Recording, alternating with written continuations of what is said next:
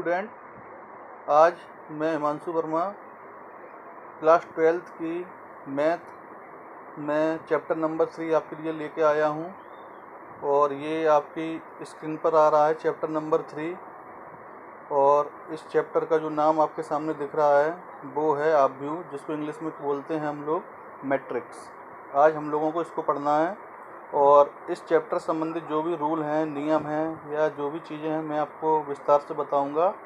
और इन सभी नियमों को आपको अपनी कॉपी पे अच्छे से नोट करना है और इनको समझना है।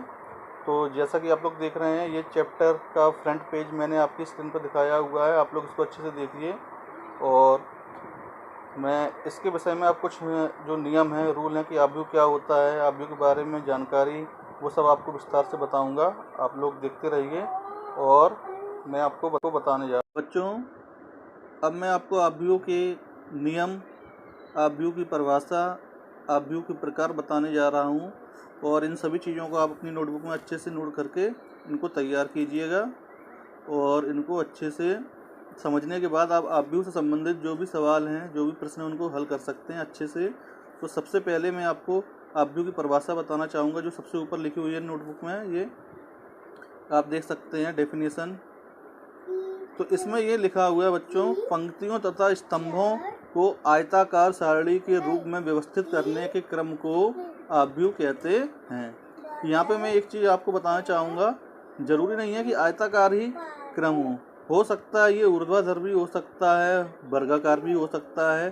पर मुख्य जो चीज़ आ रही है इसमें वो पंक्तियों और स्तंभों, जैसा कि ये पहले दो शब्द लिखे हुए हैं। आव्यूह का निर्माण किन से होता है बच्चों? मैं आपको अंडरलाइन करके दिखाना चाहता हूँ, ये पंक्तियों तथा स्तंभों। मेन चीज़ ये आ रही है, इसको आपको नहीं भूलना, ये फॉर्मूला बनता है, ठीक है। तो ये मुख्य चीज़ें हैं।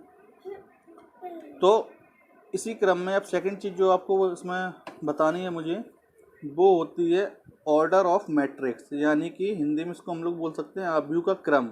और क्रम का एक नाम और होता है, ये होता है कोटि। यानी कि कभी कभी प्रश्न में बच्चों से पूछ दिया जाता है कि आव्यूह का क्रम बताइए या आव्यूह की कोटि क्या है। तो बात एक ही होती है, क्रम और कोटि कोई अलग चीज़ नहीं है बच्चों, ये बिल्कुल एक चीज़ है। ये भी आप लोगों को अच्छे समझ के चलनी है। ये जो सर्किल मैंने बनाया हुआ है ये आपको अच्छे से देख के चलना है, ठीक है ना। ओके, तो मैं आगे बढ़ता हूँ। तो इसका जो मेन फॉर्मूला बनता है वो बनता है पंक्ति गुणे स्तंभ। तो जब भी हम लोग क्रम की बात करेंगे आव्यूह में या बात करेंगे कोटि की, तो हम लोगों को ये चीज़ अच्छे से समझनी है, इसको कभी नहीं भूलना है कि पंक्ति गुणे स्तंभ ये आव्यूह का मूल मंत्र है, मूल फॉर्मूला है। और इसी क्रम में मैं आपको बताने जा रहा हूँ अगला पॉइंट। जैसे कि ये मैंने आपके लिए एग्जाम्पल बनाया हुआ है कि एक आव्यूह बना हुआ है जिसमें 3 पंक्तियाँ आपको दिख रही हैं। ये देखिए पॉइंट नंबर 1 में 3 पंक्तियाँ और 3 कॉलम। पंक्तियों को हम लोग किस प्रकार से दर्शाते हैं मैं आपको बताना चाहूँगा। ये आपकी जो दिख रही है, मैं एरो लगा के दिखा रहा हूँ, ADG। ये हम लोग कॉपी में जैसे लिखते हैं वो एक पहली पंक्ति के रूप में आएंगे। सेकंड पंक्ति में आपको मैं एरो लगा के दिखाता हूँ, BEH, ये पूरी दूसरी पंक्ति कहलाएगी। और तीसरी पंक्ति जो है वो मैं एरो लगा के दिखाता हूँ इस तरह से, CFI, ये तीसरी पंक्ति, ठीक है। अब मैं आपको कॉलम बताता हूँ।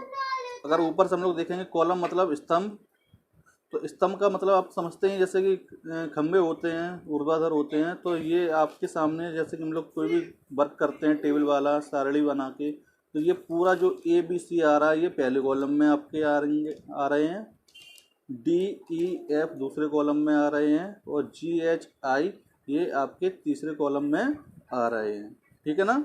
आप लोग समझ गए।